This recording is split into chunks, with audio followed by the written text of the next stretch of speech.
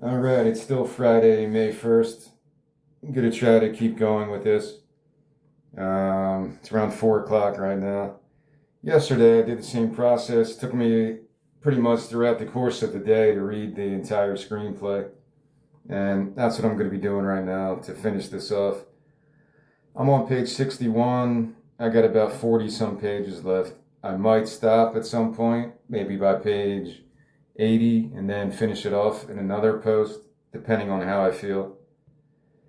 When we left off at the last one, part 2, Vivian had just spent some time with Lenny inside the kitchen, and they kind of connected on different levels.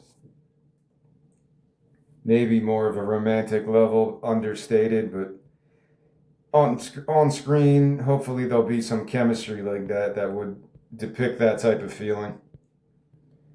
So that's where we left off. I'm gonna try to get right into it now and see how far I can get through. Averaging maybe 30 pages a shot, so maybe I can finish this off. All right. So Lenny and Vivian just had their conversation in the kitchen, and now they're leaving to walk in the field near the apple tree. And Lenny begins the dialogue. Lenny, Homestead goes back 5 generations, and we are still following in our ancestors' footsteps, working the same land. He points towards a field in the distance. Lenny, used to be a chapel down that way. Spent a good deal of my childhood in there. Flood washed it out many years ago. Never really been quite the same. Vivian, really don't mean to pry, but I saw those bank papers in your photo book. Lenny, yeah, that's just a rough patch. I took out a loan a few years back to try to modernize things around here, but sometimes things don't exactly turn out the way you planned. My wife was always the one handling the finances. Me and money don't get along so well. They reach her truck where Luis and Sticks already replaced the tire. Vivian, I'm sure things will work out for you. She takes out some cash. Vivian, at least let me pay you for the tire. Lenny, don't be silly. It's a worthless old spare. Glad to give it a new home. She gets in and starts the ignition as he kicks the spare. Lenny, should hold up pretty well for now, but you might want to get a new one sooner than later. Vivian, thanks again. Nice meeting you, Lenny. She nods, stares towards him, then drives away. All right. Now we're moments later driving down a country road, following Vivian in her truck as she eyes the rear view and notices Bryce's Corvette tailing her again. Vivian quietly to herself, who is this fucking idiot? All right, now we move back to the farm truck, and this is a truck that owned by Lenny, and it's being driven by Sticks past the biker bar with Ramon seated in the middle, Ramona next to him, Luis, Lucy, and Rico in the truck bed in the back, covered in dirt and worn out from a hard day's work. Sticks slows down the truck as he passes a biker bar with a line of Harleys parked out front. And this is when the scene starts. Sticks, I think we all deserve a drink. He pulls into the parking lot while Luis knocks and yells through the back window. Luis, no time for a drink, compadre. Sticks, always time for a drink, Luis. Luis, Sticks. Sticks, just one drink. Luis, I don't think you realize how things work down here. Some people are a little territorial about things. Now, They're inside the biker bar. They walk in. Ramon, Ramona, Luis, Sticks, Lucy, and Rico. They head towards the bar as tatted up bikers and neo-Nazis all turn their collective attention towards them. Undismayed, the group continues their trek, passing the bikers shooting pool and some more imposing muscle heads staring them down from booths along the wall. Sticks motions towards the female bartender, Barb, in her 40s, biker herself, and no nonsense. Sticks. Round of beers and whiskey. She prepares the order as Biker 1, fat, jolly, plays with Rico's mohawk. Biker 1. What are you supposed to be, boy?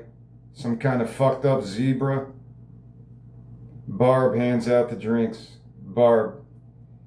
If I were you guys, I would drink these really quickly and hit the road. But hey, it's a free country. Sticks. Thanks.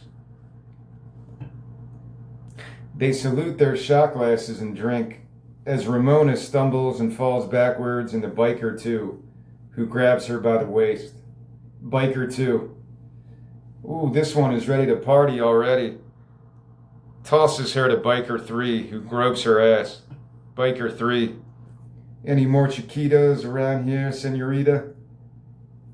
Sticks tries to defend her honor, but Biker 3 easily shoves him down. Luis slams a beer bottle over his head, causing no damage, as the intimidating biker lunges back at him, out for blood, but slips on some spilt beer and falls backwards onto his head, while Luis laughs over him overconfidently. Luis. Yeah, puta madre, you like that? The other two bikers eye him, and he quickly runs away, while Barb calmly dries off some beer mugs. Barb, quietly to herself. Couldn't even make it through one round. Yelling, take it outside, you filthy inbreeds. A neo-Nazi brute launches Sticks into the bar headfirst, as Rico throws a very weak punch at him and gets thrown through a table. Lucy sneaks up, takes out his legs, jumps on his chest, and punches him in the face repeatedly. Nearby, Luis backs away from a colossal biker, Duke, male, 40s, grabs a stirrer from a drink on the bar and holds it up like a knife as Duke laughs, pulls out a switchblade and approaches him. Stick sprints over to try to defuse the situation, but Duke tosses him away like a rag doll and smiles towards Luis, just as Barb grabs a shotgun from under the bar and cocks it. Luis. Sticks, if this guy doesn't kill me, I'm gonna kill your stupid white ass later. Suddenly all the lights turn off inside the bar as everything goes silent.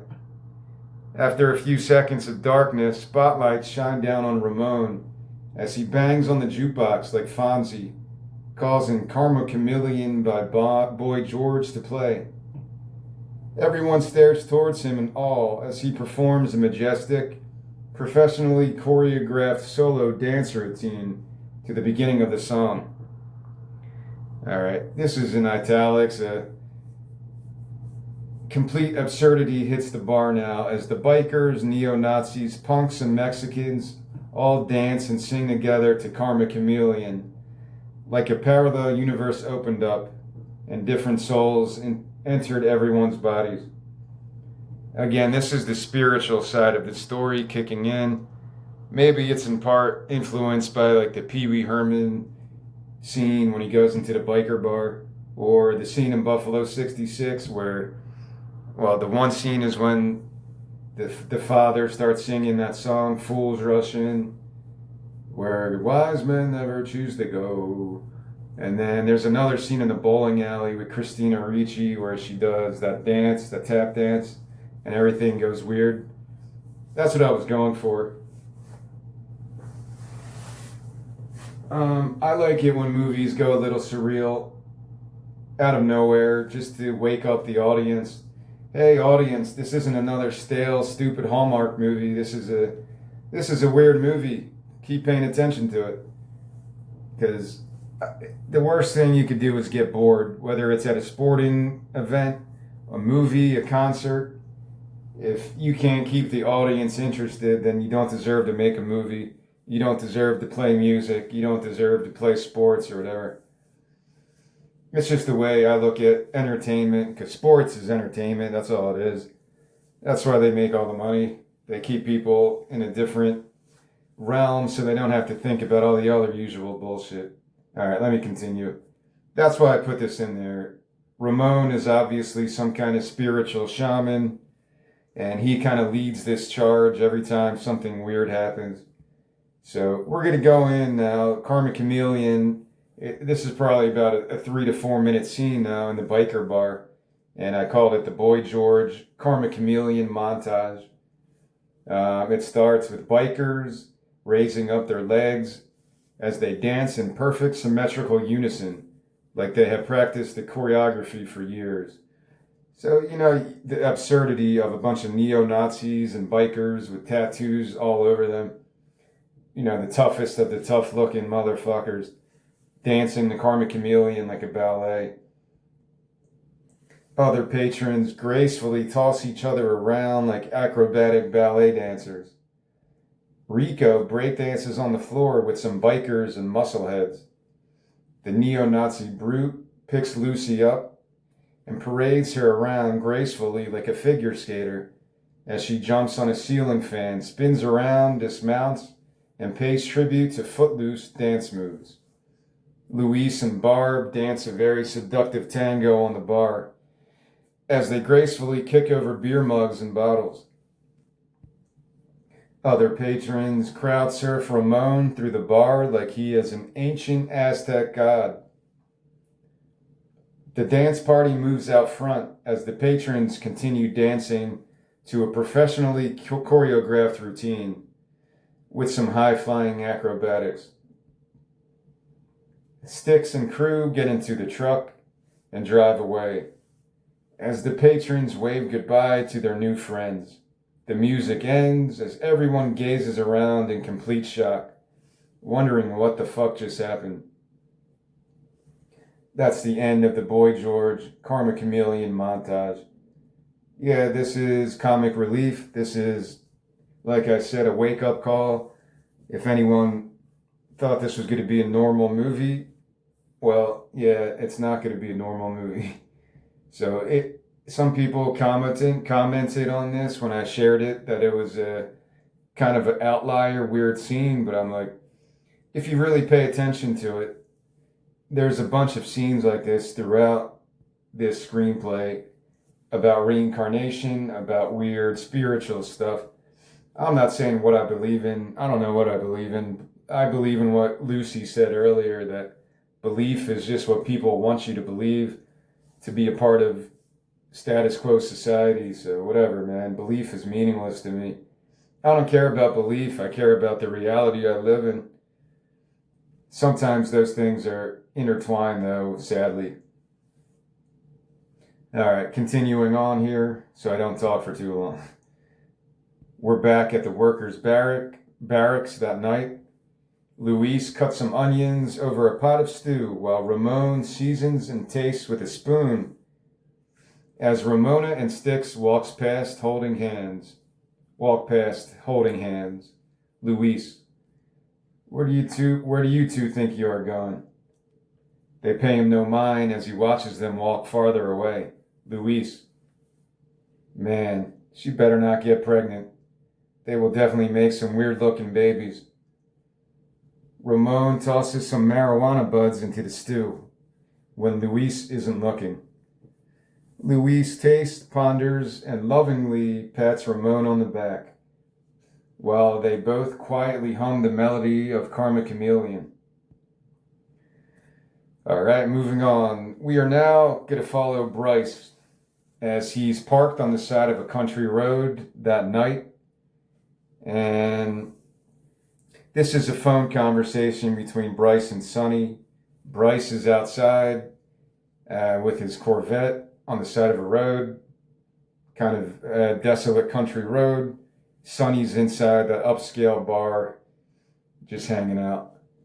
So Bryce on the country road speaks into his comically big 80s car phone, leaning against his Corvette, parked on the side of a remote country road. Bryce: "No, sir, not yet." Now we move to the upscale bar where Sonny sits alone watching a baseball game on the TV while holding his cordless phone. Sonny: "I want this over." The game ends on a walk-off home run as he angrily tosses an ashtray towards the TV screen. Sonny: "Fucking bums. What a piece of shit." Back to Bryce now, leaning against his Corvette, speaking into his phone, perplexed. Bryce: "What's that, sir?" Upscale bar. Sonny screams into the phone. Sonny: "If she doesn't do it by tomorrow, kill the little punk. Kill her, and kill anyone else who gets in your way." He tosses the phone down like a madman, then makes the sign of the cross, kissing the crucifix on his necklace. Back to the country road. Bryce spazzes out, drops his phone, then picks it up out of the mud. Bryce: Yes, Mr. Methuselah." He hangs up, puts the phone away, and takes out his sniper rifle from the back seat.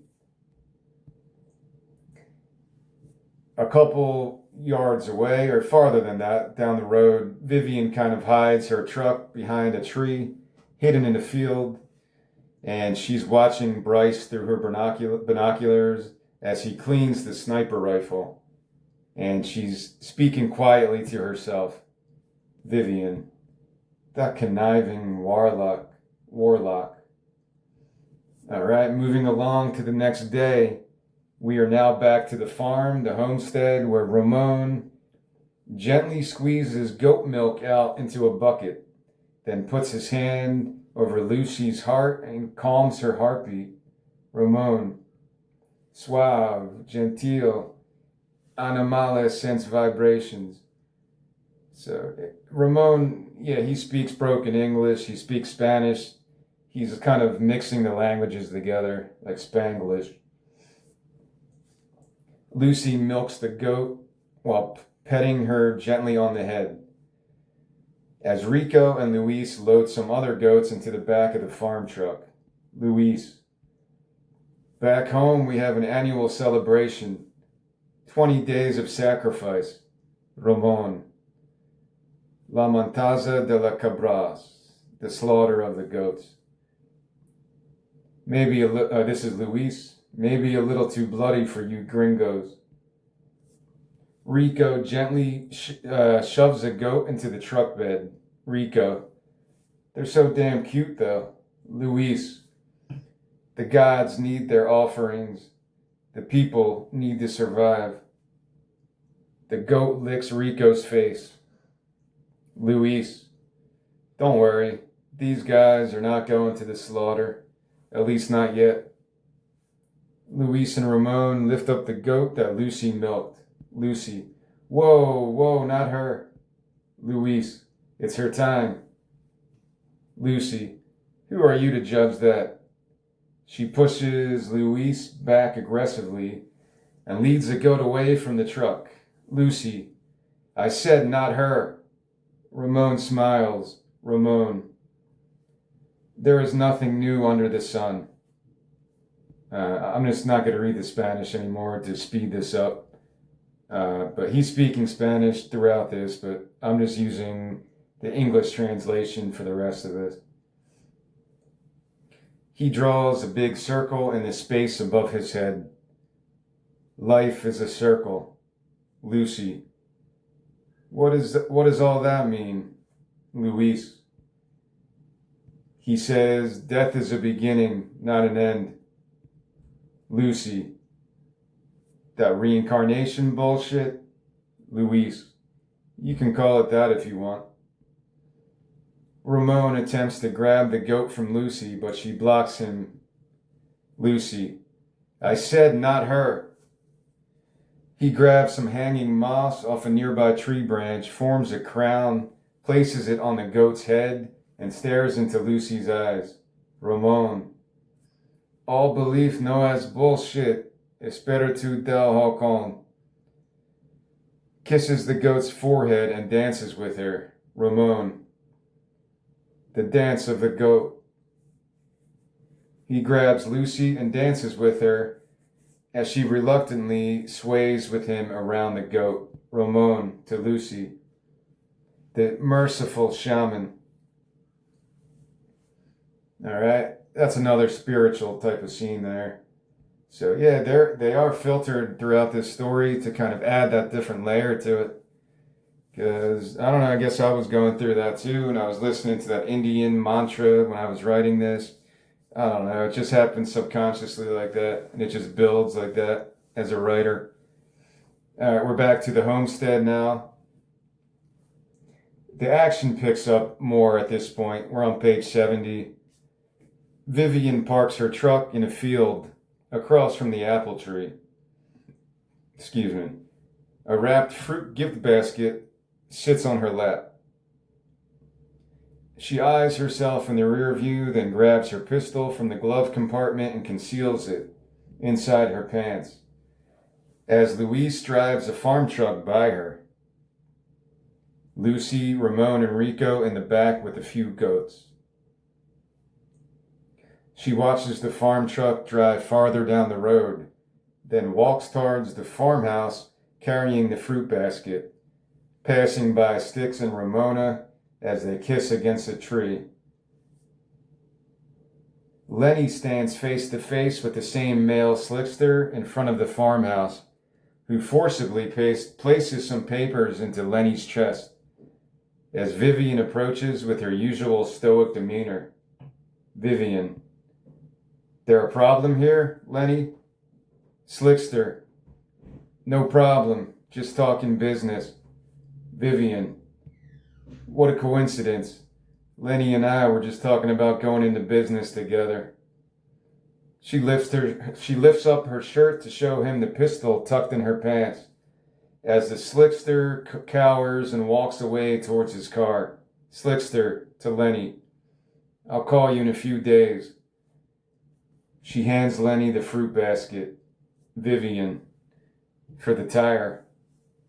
Lenny grabs the basket, surprised to see her, as she pulls her shirt down over her pistol.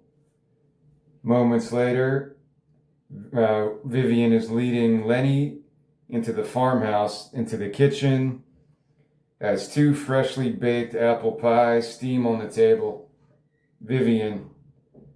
I think you might want to sit down for this. Lenny. For what? Vivian. I want to be honest with you because she can't find the words. Lenny. Does this have something to do with that gun? Vivian. No. Well, yes, I guess it does. I'm not exactly just passing through. She tries her best to get her scrambled thoughts together. Vivian. I guess I made some poor life decisions when I was younger. Got mixed up with some dangerous. She anxiously glances out the window, flustered. Vivian. Your kids home? Lenny. My dad took them for ice cream. Why do you ask? She regathers herself. Vivian. What I'm trying to say is I've done things in my past. My whole life, really. He moves in closer to her, noticing her anxious state. Lenny. Stop. You don't have to tell me these things. Vivian. The thing is, I think I kind of have to. And I kind of have to do so quickly. Lenny. It's okay, really, no judgments. You're safe here. They move closer to each other. Vivian. I wouldn't be so sure about that. Lenny. It's okay, really. They kiss gently, then she pulls her lips away, dazed but confident. Vivian. Do you have a shotgun? All right, now we are moving to the same time but we are at Bryce's Corvette, which is parked in a field across from the homestead. He is inside eyeing the rear view and fixing his mullet. Then he's staring through his sniper rifle scope towards Styx and Ramona as they groom some horses by the barracks. He grabs a dumbbell off the floor and does a few quick reps, checking out his monstrous bicep. Just as a single shotgun blast rings out from the homestead, followed by a second soon after, he freaks out and drops the dumbbell onto his foot as he winces in pain and points the sniper rifle towards the farmhouse. We zoom now to the farmhouse where Vivian exits the front door covered in blood, holding her pistol down by her side as she struggles to walk. Back at the Corvette, Bryce lunges out of the Corvette front door, foot still in pain, as he sets up the sniper rifle on his car hood. Back at the barracks, at the same time, Vivian stumbles towards Styx and Ramona, who both take a step back towards the barracks in shock. She points her pistol towards them and shoots Styx in the arm.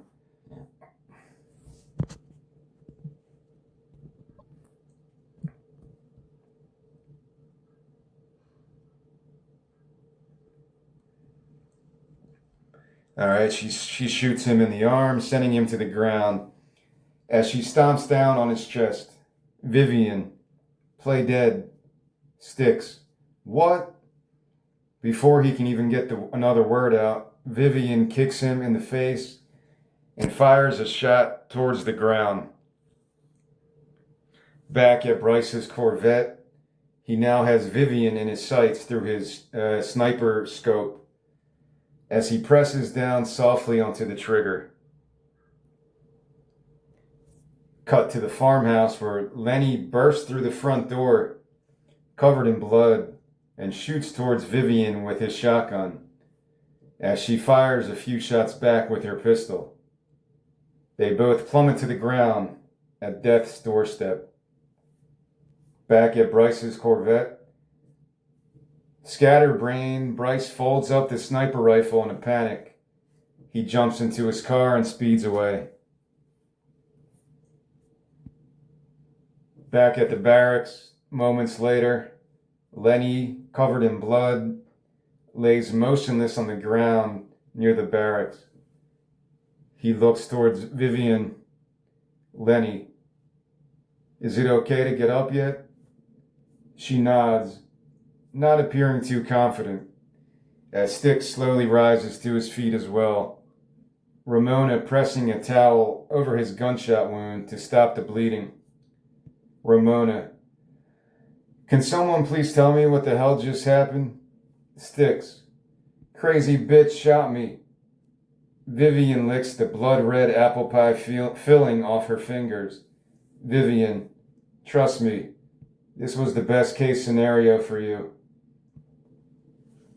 He begins to put the pieces together as Lenny walks over, wiping pie filling off his own shirt. Lenny, how to make it look real. Styx winces in pain as Ramona removes his shirt and checks out his wound. Styx, I think you accomplished that. We're moving towards the night in the workers' barracks, where inside, Styx is swigging from a bottle of whiskey as Vivian cleans blood off his shoulder, a cigarette smoking in her mouth. Styx grabs the cigarette and takes a drag. Styx, you honestly think that shit worked? Vivian, would have been a lot easier if I had just killed you. Styx, what about obituaries, police reports? What if someone comes back here? She presses a scalpel harder against his wound. Styx, easy now. She gently maneuvers his arm to try to grab the bullet. Vivian, there's no such thing as a perfect plan. You were never the prime target, so you should breathe a little easier. Takes the bullet out and bandages his shoulder. Vivian. This is what happens when you approach retirement age. If you don't die a miserable, lonely death from cancer, some other demon from your past will eventually hunt you down. He turns to face her. Sticks. Why did you let me live? She takes her cigarette back from his mouth. Vivian. You should be fine. Not a lot of blood loss. All right, continuing. Somebody, excuse me, somebody made a comment. Someone had made a comment after they read my screenplay that it shouldn't be apple pie. It should be cherry red pie to make it more look like blood than apples would. I'm like, dude, whatever, man. It doesn't fucking matter. Make it whatever fucking pie you want it to make. Make it fucking raspberry pie. I don't give a shit. Yeah, I think at this time I was still working. While working, I was doing these screenplays, or this one specifically. And I remember taking the bus home, then taking the subway home, and I would work on this. And I entered this screenplay way too early on in the process to like the Blacklist and other places like that where they just rip you off completely. And it cost me maybe close to $400 or $500 entering my screenplay to all these places where these people will give you feedback. And it was fucking such a scam, dude. I don't know if people have had good experiences with the Blacklist and other places. But yeah, I'm not afraid to say it. They're total ripoffs. Don't do it. Excuse me. I tried it before. It was such a scam. And when I did it in 2020 with this one, it was also just a complete waste of money and time. And worse than anything, I actually gave it legitimacy. Like I would think about this stupid shit. Like, oh, it can't be apple pie. It's got to be cherry pie. I think that they were the ones that actually gave me that feedback. Like any of that shit actually matters to the grand scheme of, is this story good? Are the characters good? Is the dialogue workable? And yeah, just shit like that is just really annoying to me. I'm just mad at myself for being that gullible. So yeah, it's weird. If apple pie didn't work, you need it to look more like blood. You could do anything. Maybe he has ketchup in his fucking cabinet. But I just thought it was cool to use the apple pie since that's kind of what I was talking about before, about the whole symbolic element of the apple. It's almost like a biblical reference, like I said, to the Adam and Eve story. Apples are very symbolic in religious stuff, in Latin-based religion.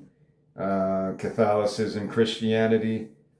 I don't know, Judaism. I don't know about Islam if they have these stories like that. All right. So where did I leave off? Vivian was taking Stick's bullet out of his arm and kind of explaining what went on. They tried to fake their deaths to get rid of Bryce and to keep Sonny away from them.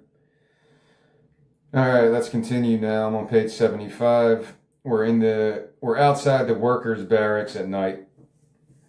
And yeah, the story's going by pretty quickly, which I think is a good thing. My action writing is not great. I'm kind of having to improvise as I go because I wrote this and I wasn't practicing my action writing, so it wasn't as organized as I would like it. So I'm kind of just editing it as I go. We're at the workers' barracks that night as Louis stirs some stew over the fire while Rufus and Ramona chop up some tomatoes and onions. Lenny paces around nervously nearby, holding his cowboy hat, while Ramon smokes his pipe and Rico dozes off on Lucy's shoulder. Rufus, towards Lenny. Will you please just sit down, son? Sticks, shoulder in a makeshift sling, steps outside with Vivian. Lenny. I know it's been a strange day for everyone. Figure there's no better time to come clean with some of my own truth. He fights off tears while gripping harder onto his cowboy hat. Lenny. I'm broke. Plain as day. I can maybe stall for another week or maybe even a month, but it's over. All of this over. I'm really sorry.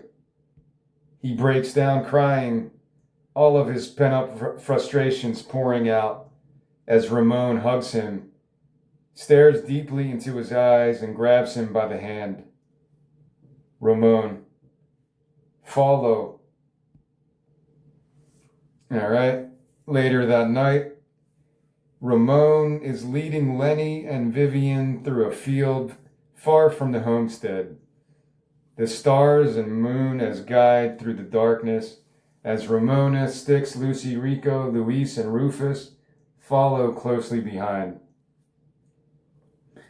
Ramon lights 2 torches that were already planted into the ground as everyone stares in disbelief towards a dense field of large marijuana plants. Lenny. Holy Mary, mother of fuck. Rufus. Language, son.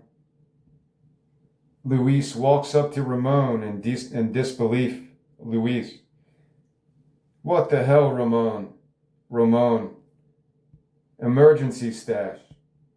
Luis. How long have you been cultivating this? Ramon. Don't ask stupid questions. Luis. It's not stupid. Ramon. Sometimes you need a backup plan. Lenny, Rufus, Rico, Lucy, Styx, Vivian, and Ramona walk deeper into the marijuana field. Lenny. You know we can't do anything with this, right? Rufus. And just why not? Lenny. What do you mean, why not? It's illegal drugs. Rico. It's medicine. Lucy. The mongrel makes a valid point. Rufus places his hand on Lenny's shoulder. Rufus. Don't look the gift horse, son. Of all people, you should recognize divine intervention when it is staring you right in the damn face. Ramona picks some fresh pot buds and hands them to Lenny as he takes a whiff. Lenny. There is no way I will tarnish this family's name and land by selling drugs. End of story. Rufus. What land? Already good as gone, right? Lenny. What kind of example will this set for the kids? Rufus. Selling pot is the same as selling basil or rosemary, except that it is a hell of a lot more profitable. He hugs one of the marijuana plants and inhales the aroma. Rufus. And believe me, this stuff will sell. Lenny. The police? Rufus. Who? Thorpe and his merry men? I don't think you have to worry about them. You're a goddamn pot pastor. Lenny inspects some of the pot buds while debating the pros and cons in his head. Rufus. Have you ever tried it, son? He stares back blankly as Ramon picks some plants next to Rufus. Rufus. How could I have failed so terribly as a father? Luis walks over and gently presses his hand down onto Lenny's shoulder. Luis. You have helped me and my family for over 10 years. Ramona might even get to go to college. Lenny. We've helped each other. Luis puts his arm around Ramona and Ramon. Luis. This place has become our home too, and I will not give it away without a fight. Ramon lights some of the plants he picked. Ramon lights some of the plants that he picked with a lighter and fans the smoke onto Lenny like he is baptizing him. Ramon. You see?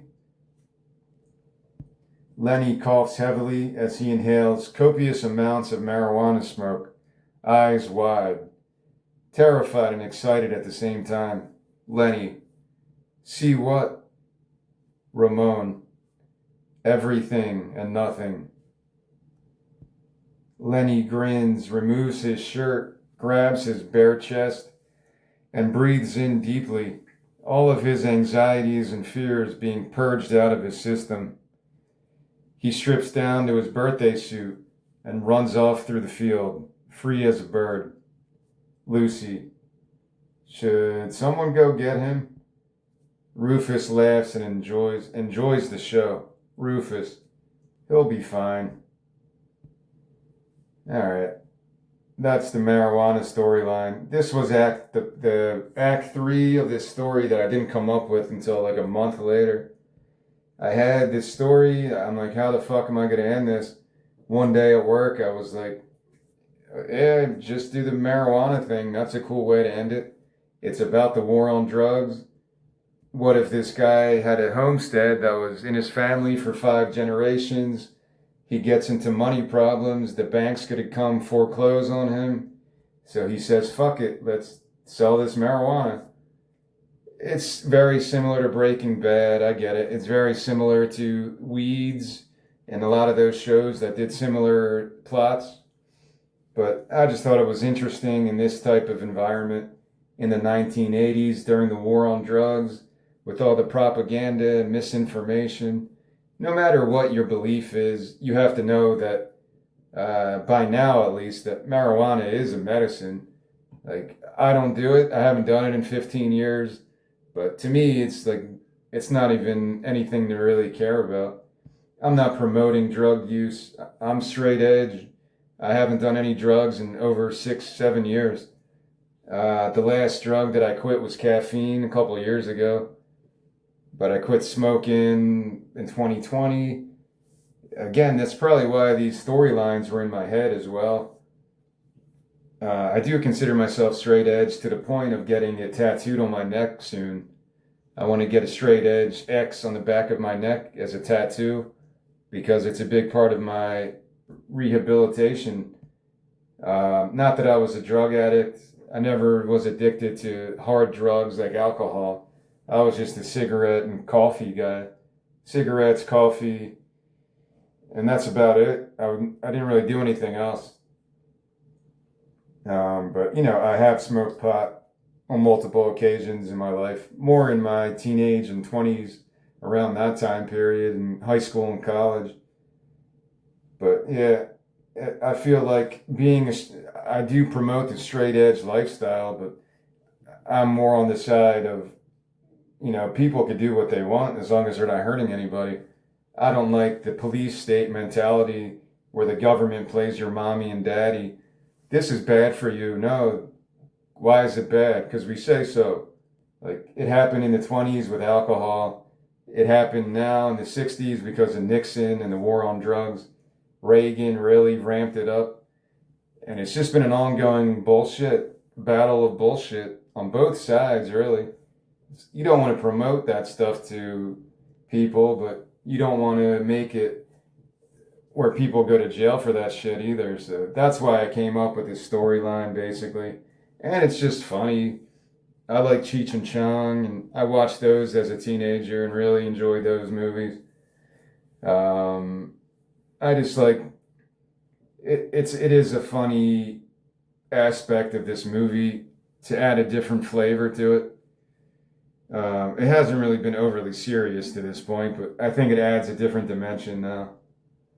So that's where I'm coming from, if you are curious. And yeah, to see a Southern kind of preacher guy smoke marijuana for the first time in his 50s or whatever it is, I think that would be pretty funny on screen. And it's another type of surreal thing. This marijuana that Ramon planted and cultivated is like this super, super powerful peace and love type of drug. It's not like an ordinary strain of marijuana. All right, moving on. So Lenny kind of had his freak out moment and he's running around naked. And we get to the apple tree again. Again, the symbolism of the apple tree. Lenny dances around the apple tree soon after that experience, naked like a child, returning to his ancestral roots. Lenny, the tree is alive. It's breathing. Ramona takes her clothes off and runs towards the tree. Luis, Ramona, are you crazy? Ramona, return to the garden. Lucy and Rico strip next and run around the apple tree, followed by Ramon and Rufus, who strip and join the party as they dance, sing, and pick apples off the branches. Vivian, Luis, and Styx eye each other, wondering who would join the naked fun next. Vivian, why the fuck not? She strips out of her clothes, revealing a snake tattoo on her back. Runs to Lenny and kisses him under the apple tree like a modern day Adam and Eve. So again, it's connecting back to that. It's almost like you're reclaiming your humanity in this scene. You're getting naked as a baby, and like they were in their original Garden of Eden, they weren't ashamed to be naked, and they're running around the tree to reclaim that lost part of existence that religion kind of claims. Because if you don't know that story, you're never going to feel shame of that stuff. A lot of that Abraham type of religion, what is it, just Abrahamic religion, is that what it's called? Monotheism. It's a lot about shame and guilt. That's how they kind of control people, or want to keep people in line by shaming people and guilting people. Oh, you have dirty thoughts about orgies? You're a bad boy, bad boy. Like, that's a lot what religion kind of does to people's psyches as they're brought up in that type of environment. And I feel like I can say this stuff because I was brought up Catholic, and that's a lot of that. A lot of that programming is around guilt and shame. Sex is dirty. Sex is dirty. Don't have dirty thoughts. You got to go to confession and talk about that with the priest. Like, it's a lot of that stuff that I don't get down with. There's other parts of it that's good. I just don't like all that stuff because I can never do that to someone with a straight face. All right, so they dance naked around the apple tree. I'm doing more of a commentary than I was thinking I would do here. All right, and as they're dancing around like idiots, naked around the apple tree, a police cruiser happens to ride by. Sheriff Thorpe, he's in his 50s, very laid back, Southern gentleman. He's driving his cruiser past the homestead, biting down into an apple. And he hears laughter and playful shouts. He brakes near the apple tree and points a flashlight towards it as Lenny and company dance around in the nude. His eyes open wide in disbelief as he laughs to himself. Sheriff Thorpe. No one is going to believe this one. Nobody is going to believe this one. Either way, I don't know. I'm trying to picture this character in my head now since it's his first line of dialogue. I don't know if he would have a southern accent. Probably, I guess. Nobody is going to believe this one. He stares curiously towards Rico's mohawk, then he drives away. All right, now we're a little bit later that night, back in the marijuana field, where Lenny, Vivian, and Ramon, now back in their clothing, they share a joint together, resting on their backs as they stare towards the starry sky. Lenny, I never really understood how small we all are in the grand scheme of things. Vivian, life lesson. He stands and gazes out towards all the marijuana plants. Lenny, what the heck do we do with all of this? Ramon slowly gets to his feet and finds a quiet place to rest, alone against some marijuana plants, where he smiles and stares towards the sky. Ramon, ready. Well, it sounds better in Spanish. Listo. And then you have a hard cut there. We are going to fast forward to the next morning now at the workers' barracks as the sun's coming up. Luis, Lenny, and Rufus are frying eggs over an open fire. Luis, there are not a lot of options here. Lenny, that's exactly what I said. Rufus to Luis, come on, man, you must know some people who would be interested.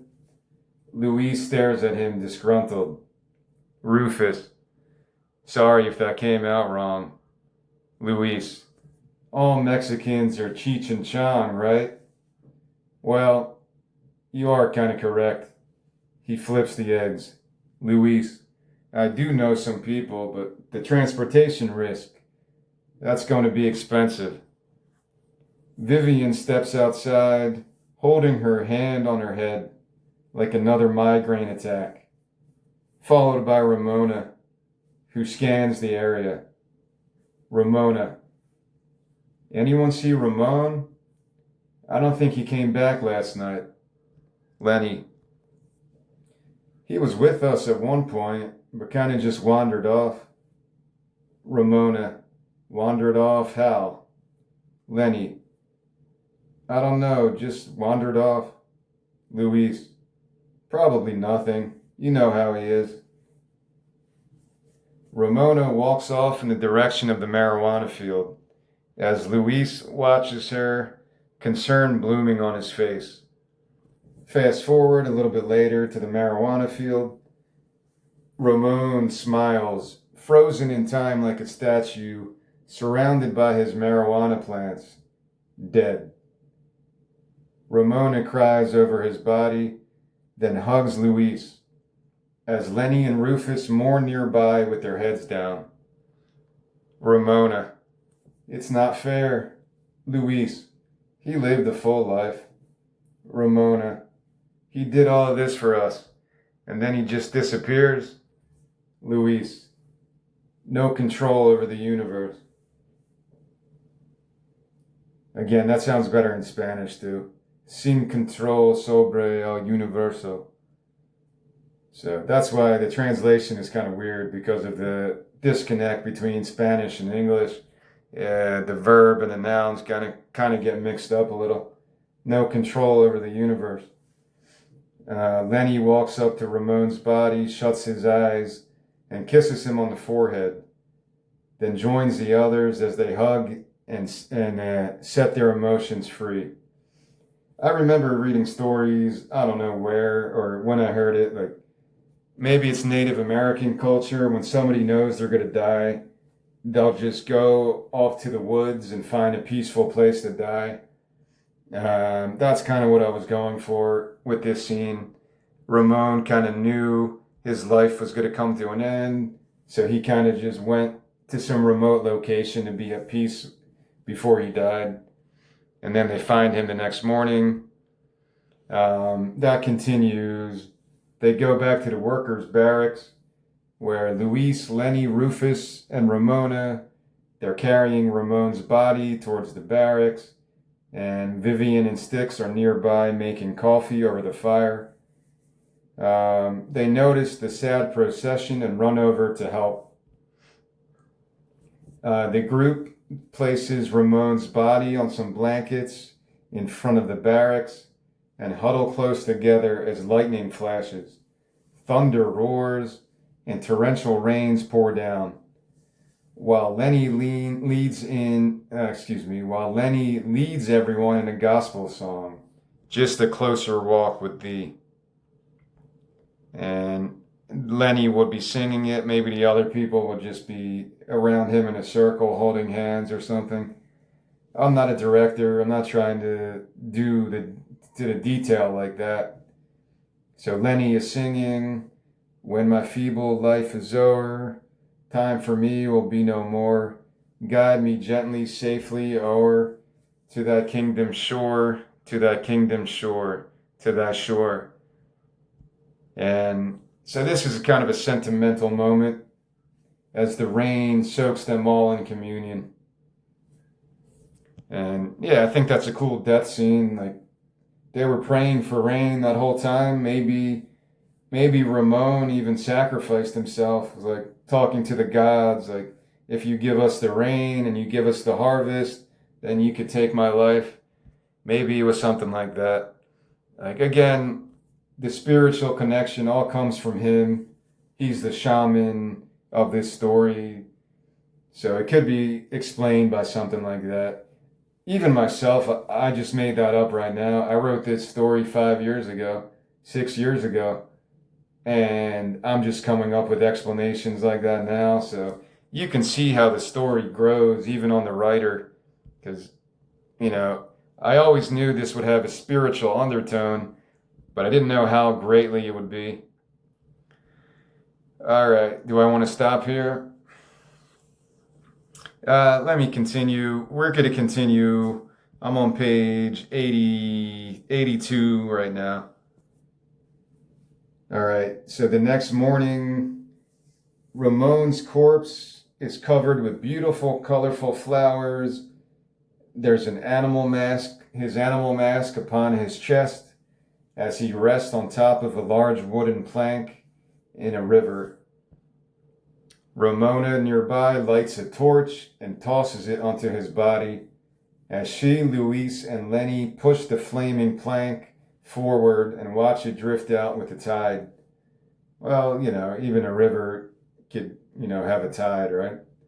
Luke hugs Lenny. I don't even know if that's true.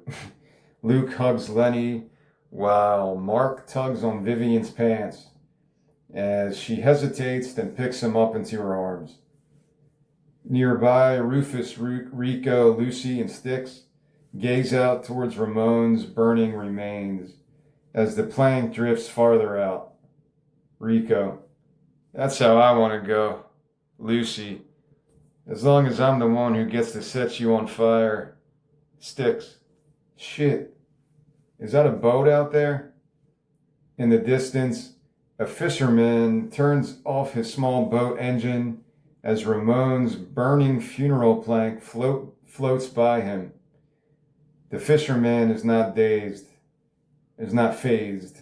as he raises his Budweiser up. Fisherman: this Bud's for you, amigo. All right, I'm going to stop here and then finish the rest a little bit later. There's like 20 pages left exactly. So this is a good spot to take a break. The rest of this story is kind of fast-paced, so it shouldn't take that long. This is a good spot to end it. This is Ramon's death. It's kind of the most sentimental scene, but also kind of comical. And yeah, I think that's a good place to end this one. When we return, we kind of get involved in the marijuana business and end this story on a somewhat violent note. In a way, it's kind of violent, but I'll get to that in the next recording. Yeah, actually, I wrote an album years ago, even before this.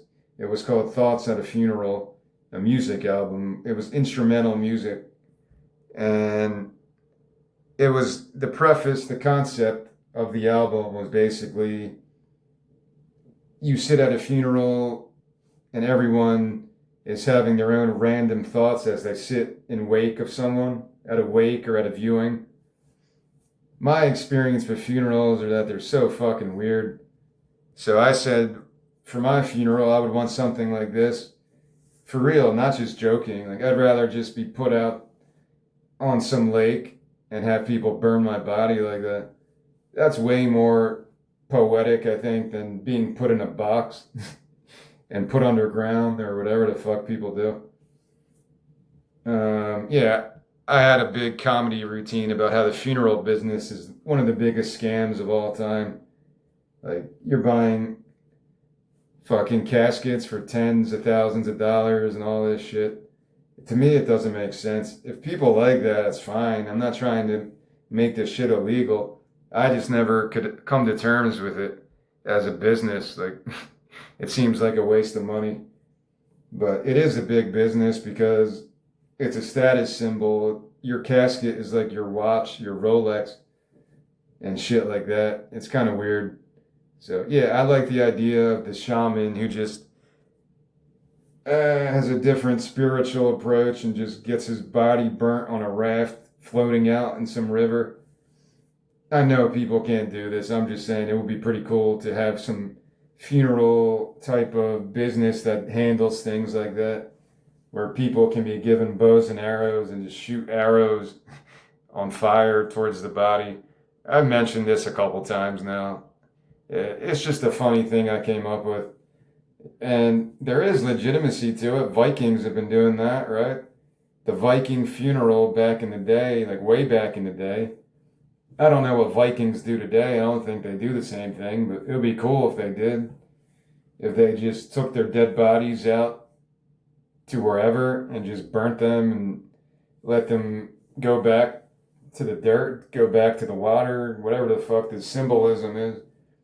I don't know. It's kind of interesting to me. So that's why I set up Ramon's death like that. Like the dude was a shaman, so it makes sense that he would want to die like that. Yeah, I don't like the morose feelings that people do. A lot of it's fake. When you go to a funeral, a lot of it's fake bullshit. And I showed that in the. If you want a comparison, you compare this scene with Ramon being burnt on a raft in the middle of a lake or a river, whatever the fuck you can find as a good location for this, as opposed to Fat Frankie's funeral in some church with all these fake people who don't even know the guy's name. Like, oh, so sorry about little Freddie. No, I don't think the old woman called him Fat Freddie, but she's like, so sorry to hear about Freddie. So there's a lot of fake shit in funerals and stuff like that, fake emotions that people do. I don't think funerals should be based on all that shit to get people all emotional about shit. I think it should just be a celebration of people. Yeah, that dude was kind of cool. He's kind of a dick sometimes, but you know, people are people. And then he just burned the body in the lake.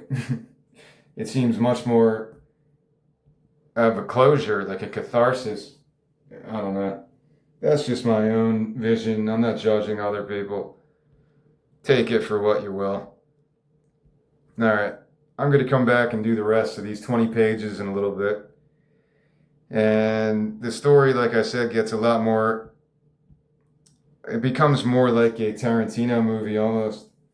Or I don't know what else. I always bring up Tarantino because I don't know a lot of other directors. I don't know. Maybe I'll think of something else when I come back and do this.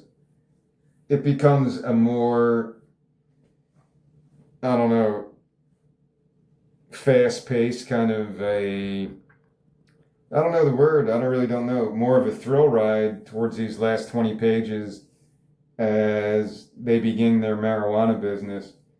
And yeah, it becomes more high stakes, I guess. That's the word they like to use in screenwriting. You got to make it high stakes to keep the audience interested. And this is relevant because I was probably reading a lot of these books at this point in my life. Back in 2020, yeah, it's hard to remember how I was back then. 'Cause I was just going out of my fucking mind most of the time. But I was reading a lot of screenplay books, how to keep people interested in your characters and how to handle your script outline and do all this preparation to make the writing process easier. And yeah, I really put the time in for this one. And then when I was finished with this one was about the time my job left as well. And that's when I just went balls deep into screenwriting. I went head first in the deep end to just write 15 screenplays, or 14 plus this one. And that's what my life was from 2021 till 2023 about. So it was a good experience. I would love to go back to this form of expression and write new stories and do this, but again, I need to make money, man. I need to make money, go out west and try to grow this business so it doesn't just become me talking to myself like this. It's enjoyable, but I'd rather be talking to other people, getting people's points of view, getting a director to see the vision I have and be like, yeah, that's a good idea. I think I'm going to frame it like this and make it blah, blah, blah. And then finding the actors that can actually speak these lines into existence and have professional dialogue with real emotional depth, because I'm not really providing that as I read it. And that's the goal. Yeah, I want to go out west because I feel like you kind of have to do that. You kind of have to be bold and take that leap of faith that your stuff is good enough, and it is going to make it. Whether it's this one or the one I did yesterday or other ones that people find enjoyable, or my music, either way, but I feel like these are more accessible to a large demographic. Like, people might say, yeah, but all those people who think marijuana is a devil's plant, what about those people? Well, I don't care. They can enjoy the movie too. It might not change their mind. They might still think reefer madness is real, that marijuana does stuff to your brain to make you go nuts and all that bullshit. They might actually believe that, or they use that as a manipulative way to leverage people for whatever purpose they want. Even if the person doesn't believe in it themselves, they still have to get victimized by other people's bullshit and nonsense. That's where I'm coming from with a lot of this stuff. I don't think I used, because you can call this a trope, a stereotypical type of third act. Oh, how's he going to save the farm? He finds marijuana. How original. I get that. It's not the most original way to end this story, but I think it's interesting because of the time period and because of the way I set up the beginning of this story. It's about Reagan in the 80s. It's about the war on drugs. It's about a bunch of punk kids who can't figure out their place in life, can't figure out their place in that type of society. A lot of them turn to drugs. A lot of them turn to music and other things. I'm not equating music to drugs. I'm just saying there is a connection there. So I think it is a good way to highlight the difference between somebody using heroin in a bathroom and almost ODing or wanting to die because the addiction has taken over their life so much that they just want to die at that point. And somebody who just smokes pot to appreciate nature and escape from their stress, just like drinking a beer or whatever. Because a lot of people equate that together. Or I remember taking DARE classes in school where the police officer would say, it's a gateway drug. You're going to start with marijuana, then turn to heroin, then crystal meth and all this other stuff, cocaine. And in my experience, I didn't really notice that. But again, that's all I've tried is really marijuana. I never really got attracted to putting stuff up my nose. That seemed painful. Or putting stuff through needles. That is totally not my thing. I know you can the way to do opiates now is to get it prescribed by a doctor. You go to your doctor, I got migraines. Okay, here's heroin. Let me give you a prescription. That's how it really went down with the whole Oxycontin thing and all that shit. Oh, you got a sprained ankle? Well, here's some morphine. Have fun. Thanks, doctor. And you can just tell because those companies that were addicting people to opiates, they were getting sued for billions of dollars, whether that's true or not. Who the fuck is tracking that money? If you're whatever family that was, I don't know. I don't know the details of this shit. If you're making that much money, you don't think you can pay off people in the government to be like, oh, you're supposed to pay this lawsuit to these families. Do you think anyone really pays attention to this shit? Fuck no, man. You're talking billions of dollars. It's total corruption. There's no difference between what happened in the opiate crisis and like the shit that happened with Escobar, like when they were trying to get Escobar and his business, because he was making just as much money in the 80s and 90s, or whenever the fuck that was, the 80s probably.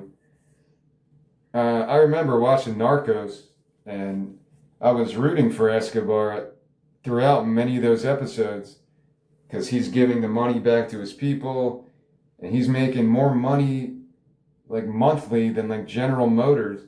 Some ridiculous amount of money off cocaine, selling it to America and other places, but whatever. And I was like rooting for the guy because he's like the epitome of capitalism.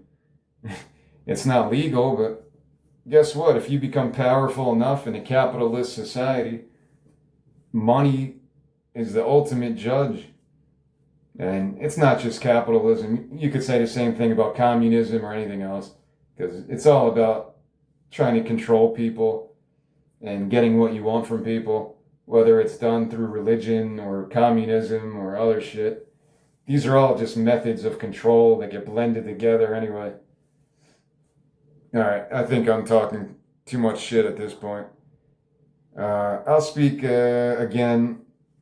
The last 20 pages I'll read aloud a little bit later today, but I think the general scope of this movie in terms of how much it would cost to produce and the type of characters you would need, I think it's very apparent and clear to people in the industry at least.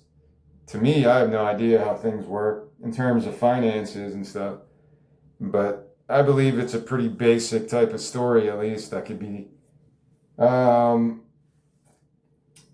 it can be presented on screen as a really good method of storytelling that I think would keep people interested throughout the whole thing.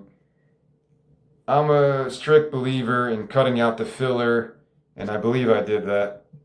Or at least I've tried my best in Elegant Eccentrics and in this one to not put any filler in there, and hopefully I succeeded in that.